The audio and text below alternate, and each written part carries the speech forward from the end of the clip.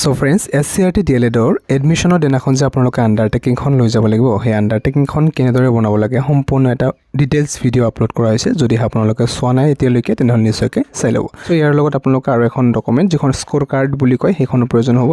সেইটো আপোনালোকে ডাউনলোড কৰাৰ প্ৰথমতে আপোনালোকৰ যেটো আইডি আছে সেই আইডিটো লগইন কৰিব নিজৰ মোবাইল নম্বৰ আৰু ডেট অফ বাৰ্থৰ সহায়ত সো আপোনালোকৰ আইডিটো লগইন কৰাৰ পিছত আপোনালোকে ৰিজাল্ট ফৰ পেট 2026 বুলি দেখিবলৈ পাব তাতে আপোনালোকৰ এক্সাম ডিস্ট্ৰিক্ট আৰু ৰোল নাম্বাৰ আপুনি কোনটো ষ্ট্ৰীমৰ হয় আৰু কিমান মাৰ্কস লাভ কৰিছে এই বস্তুখিনি আপোনালোকে যেতিয়া আহিব নহয় তেতিয়া আপোনালোকে কি কৰিব এটা স্ক্ৰিনশ্বট ল'ব সেই স্ক্ৰিনশ্বট লৈ সেই বস্তুখিনি আপোনালোকে প্ৰিন্ট আউট কৰি ল'ব এখন কাগজত স্কোৰ কাৰ্ড বুলি ক'লে বেলেগ একো নহয় আপোনালোকে কিমান মাৰ্কস পাইছে আপোনালোকৰ ৰোল নাম্বাৰ আৰু গোটেই ডিটেইলছখিনি আপোনালোকে প্ৰিন্ট আউট কৰি ল'লে সেইখনে স্কোৰ কাৰ্ড বুলি বুজাব সো নিশ্চয়কৈ আশা কৰোঁ বুজি পালে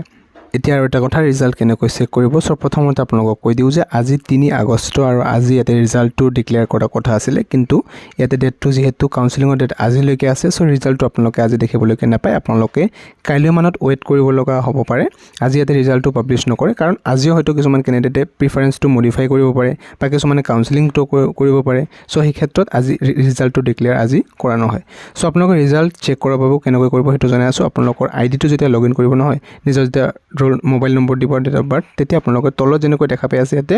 মডিফাই প্ৰিফাৰেন্সেস তাৰ পিছত ইয়াতে একনলেজমেন্ট স্লিপ ডাউনলোড এডমিট এনেকৈ আহি আছে সো তেতিয়া কি আহিব এইবিলাক অপচন আপোনালোকে মডিফাই একো নাপায় তেতিয়া আপোনালোকে ডাইৰেক্ট আহি যাব যে you are allotted or you are not allotted বুলি সো এনেকৈ আহি যাব যেতিয়া আপোনালোকে এলটমেন্ট পাই যাব তেতিয়া তাতে এখন এনেকৈ ডাউনলোড কৰিব পাৰিব যে ডাউনলোড ইউৰ এলটমেন্ট লেটাৰ যে আপুনি সেইখন ইনষ্টিটিউচনত এলটমেন্ট লাভ কৰিছে আপোনাৰ অমুক তাৰিখৰ ভিতৰত অমুক তাৰিখলৈকে এডমিশনৰ বাবে যাব লাগিব আৰু এডমিশনৰ বাবে সম্পূৰ্ণ কি লৈ যাব লাগে পুনৰ মই যেতিয়া আহি যায় তেতিয়া এটা ভিডিও নিশ্চয়কৈ আপোনালোকক বনাই দিম বাকি ডকুমেন্টছৰ ক্ষেত্ৰত কি লাগে সেইখিনি মই আপোনালোকক ইতিমধ্যে জনাইছো সেইসমূহ আপোনালোকক কোৱাই হৈছে আপোনালোকে ভিডিওসমূহ চাই ল'ব তো ইয়াৰ ৰিজাল্টটো ডিক্লেয়াৰ কৰাৰ লগে লগে আপোনালোকক ভিডিওৰ দ্বাৰা জনাই দিয়া হ'ব আপোনালোকৰ লৈ আজি ভিডিওটো এইখিনি আছিল ভিডিওটো নিশ্চয়কৈ লাইক এটা কৰি ৰাখিব নিজৰ ফ্ৰেণ্ডৰ সৈতে শ্বেয়াৰ কৰিব পুনৰ লগ পাম নতুন ভিডিওৰ মাজলৈ এতিয়ালৈ সামৰিছো ধন্যবাদ